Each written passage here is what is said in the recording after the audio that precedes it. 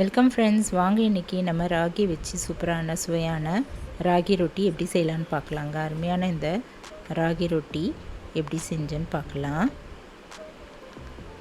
இப்போ ஒரு 3/4 கப் அளவு ராகி மாவு எடுத்துகிட்டு அது ஒரு பேசினில் போட்டுடலாங்க.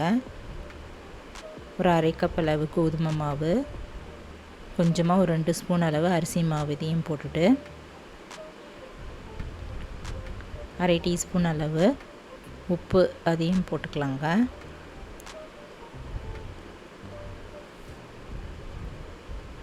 இப்போ இது கூட ஆட் பண்ண வேண்டியது 1/2 டீஸ்பூன் அளவு ஜீரகம், 2 ஸ்பூன் தேங்காய், துருவின தேங்காய், கொஞ்சமாக வெங்காயம், கேரட் துருவி வச்சுக்கலாங்க. கொத்தமல்லியும் சின்ன சின்ன பீசஸாக கட் பண்ணி எடுத்து வச்சுக்கலாம்.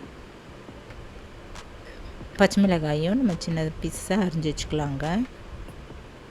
இப்போ இந்த பொருள் எல்லாத்தையும் நம்ம அரிஞ்சு வச்சது எல்லாத்தையும் இந்த மாவில் சேர்த்துக்கலாம். சேர்த்துட்டு நல்லா கொஞ்சம் கொஞ்சமாக தண்ணி ஊற்றிட்டு நம்ம சப்பாத்தி மாவு இப்போ செய்கிற மாதிரி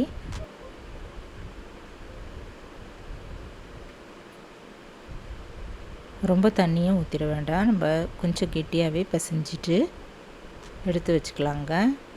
கடைசியாக கொஞ்சமாக இது மேலே அப்படியே ஆயில் ஊற்றிட்டு எடுத்து வச்சிடலாம். மூடி வச்சிடலாம். ஒரு 15 நிமிஷம் 1/4 மணி நேரம் அப்படியே ஊறட்டுங்க. ஊறினதும் நம்ம அப்புறம் இதை ரொட்டியை அப்படியே சுட்டு எடுத்துக்கலாம்.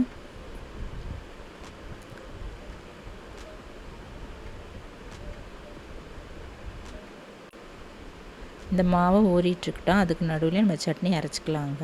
2 வரமிளகாய், உளுத்தம்பருப்பு, கொஞ்சமாக கடலைப்பருப்பு, பெருங்காயம், உப்பு இதெல்லாம் நல்லா எண்ணெயில் போட்டு வறுத்துக்கலாங்க. ஒரு தக்காளி, வெங்காயம் கொஞ்சமாக எடுத்துகிட்டு நல்லா வதக்கிட்டு எல்லாத்தையும் சேர்த்து மிக்ஸி ஜாரில் போட்டு அரைச்சி எடுத்து வச்சுக்கலாங்க. கடுகு, உளுத்தம்பருப்பு, பெருங்காயம் இதையும் போட்டு தாளிச்சாச்சுங்க. இப்போ இந்த மாவு நல்லா ஊறிடுச்சுங்க. இதனால் ஒரு பெரிய உருண்டை எடுத்துக்கலாம். பாலித்தீன் ஷீட் இல்லைன்னா இலை இருந்ததுன்னா கூட நல்லாயிருக்கும்.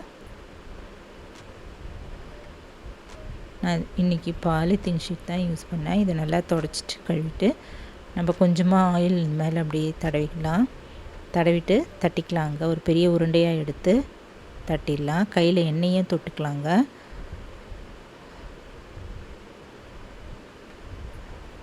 இப்போ அடுப்பில் ஒரு தோசை தவா வச்சுட்டு அதில் கொஞ்சமாக எண்ணெய் ஊற்றிட்டு தட்டி வச்சுருந்த ராகி ரொட்டியை அது மேலே அப்படியே தலைக்கீழியாக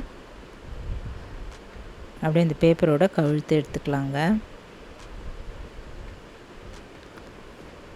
மேலே அப்படியே கொஞ்சமாக எண்ணெய் ஊற்றிட்டு ஒரு பக்கம் நல்லா வெந்ததும் திருப்பி போட்டு எண்ணெயை கொஞ்சமாக ஊற்றிக்கலாம்.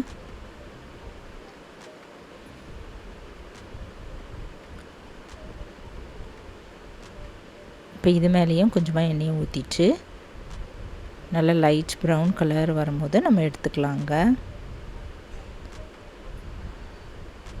அருமையான ராகி ரொட்டி தயாராகிடுச்சுங்க. கேழ்வரகு ரொட்டி. இதில் தேங்காய், வெங்காயம், கேரட், கொத்தமல்லி, ஜீரகம்லாம் போட்டிருக்கிறதால ரொம்ப நல்ல டேஸ்ட்டாக அருமையாக இருந்ததுங்க.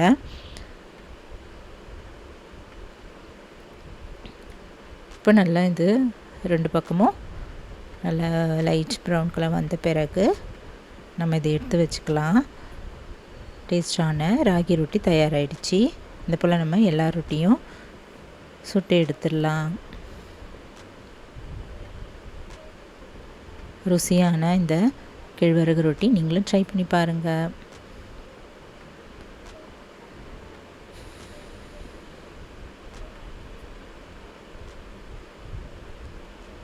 இந்த வீடியோ பிடிச்சதுன்னா என்னுடைய சேனலான குக்கிங் வித் சித்ரா சேனலை சப்ஸ்கிரைப் பண்ணிக்கோங்க.